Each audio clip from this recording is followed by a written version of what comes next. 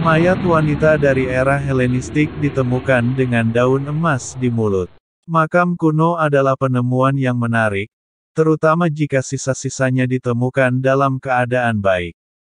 Penemuan ini dapat memberi petunjuk tentang bagaimana seseorang meninggal, status sosial, gaya penguburan, dan upacara pemakaman. Informasi tentang upacara pemakaman memberikan banyak pengetahuan tentang orang zaman dulu memandang hidup dan mati. Penemuan makam wanita kaya dari masa Helenistik.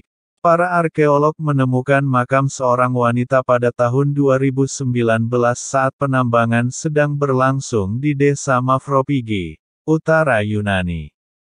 Makam itu ditemukan utuh 1,5 meter di bawah permukaan rumah yang baru saja dihancurkan. Para arkeolog mengatakan wanita itu meninggal pada akhir periode Helenistik, menjelang akhir abad pertama sebelum Masehi, ungkap Alicia McDermott dilansir dari Ancient Origins. Makam wanita itu berisi barang-barang kuburan termasuk 5 pot tanah liat yang mungkin berisi parfum, benda kaca, dan artefak lainnya. Ia dikuburkan dengan mengenakan semacam topi baja yang terdiri dari emas dan kain. Juga memegang kain berhias dengan serat emas di tangannya. Uniknya, sebuah benda berbentuk daun emas ditempatkan di mulut wanita itu. Areti Condrogiani Metoki, Direktur Kozani Everett of Antiquities, mengatakan bahwa ini adalah ciri-ciri pemakaman seorang wanita kaya. Kami sedang berhadapan dengan seorang wanita kaya atau seseorang yang memegang posisi penting dalam masyarakat saat itu, tuturnya. Penemuan tempat tidur perunggu tempat wanita kaya itu berbaring adalah penemuan unik lainnya. Bagian atas tempat tidur dihiasi dengan simbol dewa Yunani Apollo dan ujung tempat tidur dihiasi dengan kepala putri duyung. Condrogiani Metoki menjelaskan lebih lanjut tentang arti penting tempat tidur perunggu. Kami masih tidak tahu apakah tempat tidur perunggu dibuat untuk orang yang sudah meninggal ini.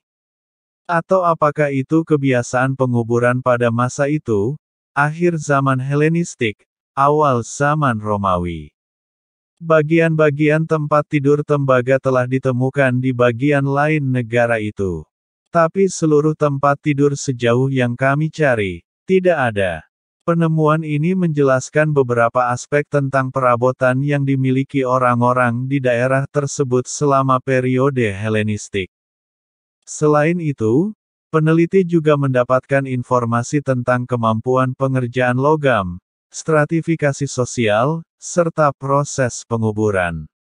Para peneliti menunjukkan bahwa wanita itu meninggal di usia parubaya, kemungkinan berasal dari keluarga kerajaan atau memegang posisi keagamaan yang penting.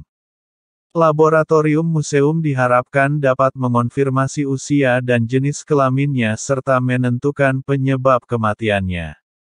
Ritus kematian dan pemakaman di Yunani kuno. Ada beberapa aspek pemakaman wanita yang bisa ditelusuri lebih jauh. Kehadiran banyak barang kuburan cocok dengan penguburan lain dari zamannya. Misalnya, memasukkan emas ke mulutnya mungkin terkait dengan kisah Obolos Haron. Ini adalah kisah tentang penambang Haron yang bertugas membawa arwah orang yang sudah meninggal. Ia membawanya dengan perahu melintasi sungai Styx. Jadi kemungkinan, emas yang ditemukan akan digunakan untuk membayarnya. Kehadiran botol parfum di kuburan wanita juga mencerminkan aspek penting dari kebiasaan pemakaman Yunani yaitu pengurapan tubuh dengan parfum. Botol-botol itu kemudian ditempatkan di kuburan. Helene Coward memberikan ringkasan dari 3 fase dari sebagian besar ritual pemakaman di dunia Yunani kuno. Ritual itu terdiri dari peletakan tubuh, prosesi pemakaman, dan penguburan tubuh atau sisa-sisa kremasi. Protesa, kerabat, seringkali wanita, akan menutup mata dan mulut orang yang meninggal. Kadang-kadang dengan koin atau keping emas yang ditempatkan di dalamnya, imbuh McDermott. Lalu membasuh tubuh dan mengolesnya dengan minyak wangi kemudian mendandani almarhum dengan pakaian yang indah. Warna pakaian yang dipilih biasanya putih. Jenazah kemudian dibaringkan di tempat tidur di rumah dengan kaki mengarah ke pintu. Teman-teman dan kerabat akan datang dan memberikan penghormatan sambil meratapi kepergian almarhum. Himne pemakaman dinyanyikan oleh keluarga dan terkadang mereka menyewa pelayat profesional. Semangkuk air ditempatkan di pintu bagi pelayat agar dapat menyucikan diri dari polusi kematian setelah selesai melayat. Bagian kedua, ekfora, adalah prosesi pemakaman. Pada dini hari setelah protesa, tepat sebelum fajar, sekelompok pelayat akan membawa jenazah ke permakaman. Terkadang prosesi pemakaman bisa menjadi peristiwa yang cukup menarik. Orang-orang menyanyikan ratapan, menjambak rambut, memukul diri sendiri, dan meratap. Pria berjalan di depan mayat, yang dibawa ke tempat peristirahatan terakhir saat wanita berjalan di belakangnya.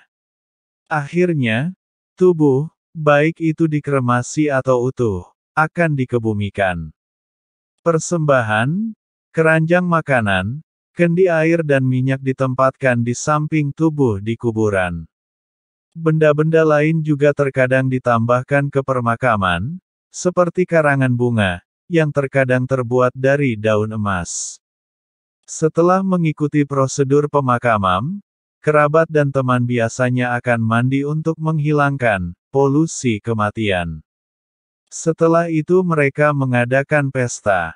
Anggota keluarga juga sering kembali ke kuburan di kemudian hari untuk membuat persembahan dan doa. Menjalani kehidupan dengan baik sambil merawat orang yang sudah mati. Dalam periode Helenistik, orang Yunani kuno menyebut roh sebagai jiwa. Mereka percaya roh meninggalkan tubuh setelah kematian sebagai embusan udara. Tapi itu tidak berarti proses kematiannya cepat. Proses kematian selesai ketika tubuh fisik dihancurkan dengan kremasi atau dekomposisi. McDermott menambahkan. Sebagian besar orang Hellenes kuno tidak terlalu memikirkan apa yang terjadi setelah kematian. Mereka lebih peduli dengan apa yang diperlukan untuk menjalani kehidupan yang baik, selaras dengan orang lain dan dunia di sekitar. Sepanjang sebagian besar periode Helenistik, roh-roh orang mati tidak ditakuti karena apa yang dapat mereka lakukan.